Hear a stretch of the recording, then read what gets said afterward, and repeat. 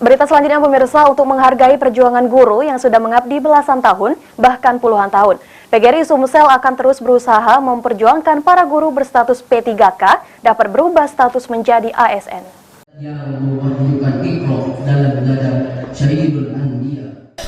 Pengangkatan pegawai pemerintah dengan perjanjian kerja atau P3K menjadi PNS makin kencang disuarakan.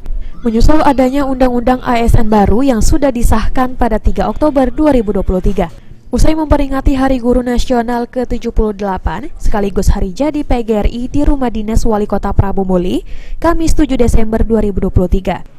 Sekretaris Umum PGRI Sumsel Lukman Haris mengungkapkan, penerimaan P3K guru murni perjuangan PGRI, selanjutnya pihaknya akan memperjuangkan guru yang berstatus P3K menjadi PNS. Dalam pidatonya, Lukman juga menyebut dalam waktu dekat akan ada penerimaan P3K tenaga pendidikan. Sementara itu, PJ Wali Kota Prabu Muli, Elman, memberikan semangat kepada guru-guru untuk terus mencerdaskan anak-anak.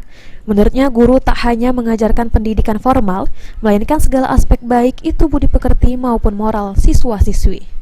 Guru adalah pendidik.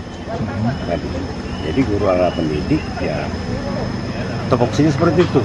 Artinya bagaimana cara untuk mencerdaskan anak-anak kita.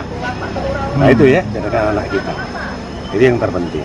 Jadi di sekolah, di segi moral, di segi iman, ya di segi seluruhnya. Harus seluruhnya.